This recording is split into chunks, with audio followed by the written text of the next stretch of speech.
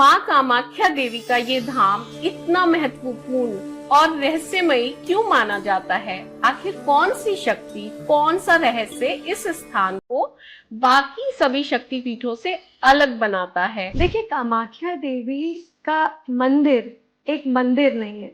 सबसे पहले तो बात ये है, वो एक अनुभव है, वो सृष्टि है, प्रकृति है, उसमें विनाश है, उसमें सब कुछ है, उसमें साधना है। आपको वहाँ की ऊर्जा महसूस होगी। आप वहाँ पर जब जाएंगे तो वो आपको ऊर्जा महसूस होगी, उस जल की नमी महसूस होगी, उस प्रकाश की ऊर्जा महसूस होगी और उस माँ के गर्भगृह की आपको ऐसा अनुभव होगा जैसे आप स्वयं माँ के गर्भ में प्रवेश कर रहे हैं। जल की नमी और ऊर्जा का भंडार मानो आपको अपनी तरफ घेर रहा हो। आपका अनुभव वहां पर क्या रहा? और एक कुछ आपने रियल कुछ ऐसा फील किया हो जो बहुत डिफरेंट हो, जो आप ऐसा महसूस कर पाई हो कि ये कुछ डिफरेंट है, ये आम बात नहीं है? देखिए, अक्सर क्या होता है कि जब भी आप शक्तिपीठ पर आप जाते हैं तो आप सोचते हैं मैं यहाँ आके दर्शन करूंगी। दर्शन का मतलब क्या है? मूर्ति सामने होगी, आप दर्शन करेंगे। यहाँ कुछ दर्शन जैसा कुछ है ही नहीं, यहाँ सब कुछ अनुभव है, क्योंकि सब कुछ ये अंतर्मुखी है।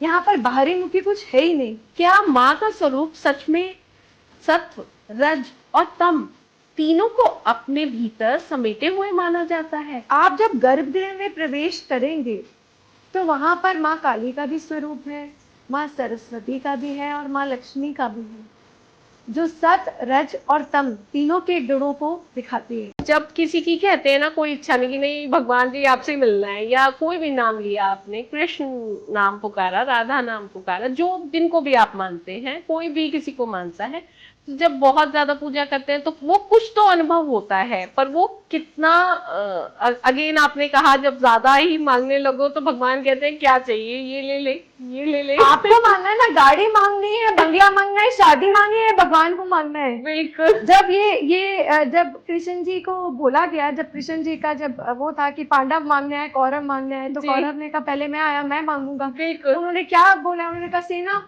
तो उन्होंने कहा ले लो, ले लो। तो उन्होंने कहा कि आपको क्या चाहिए? कहते प्रभु आप चाहिए। तो कहते मैं तो अस्त्र शस्त्र कुछ नहीं उठाऊंगा। कहते प्रभु सारथी आप ही बनिए, चाहिए। आपसे कम कुछ नहीं चाहिए, आप जिसके साथ हो तो उसको क्या चाहिए?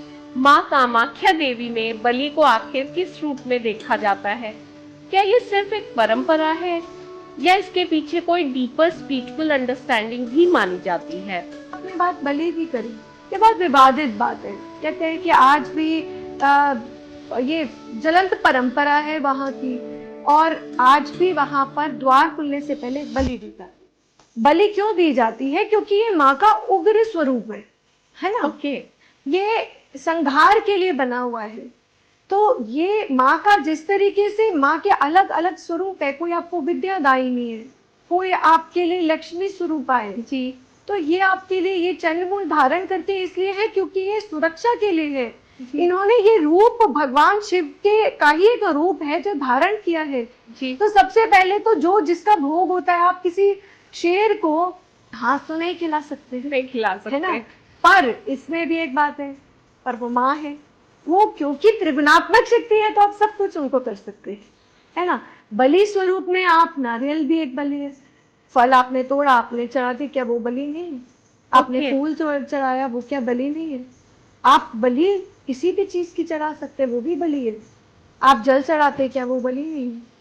आप बलि के रूप में अपना अहंकार, आप कुछ भी आप सेक्रीफाइस, बलि क्या है? सेक्रीफाइस ही तो है।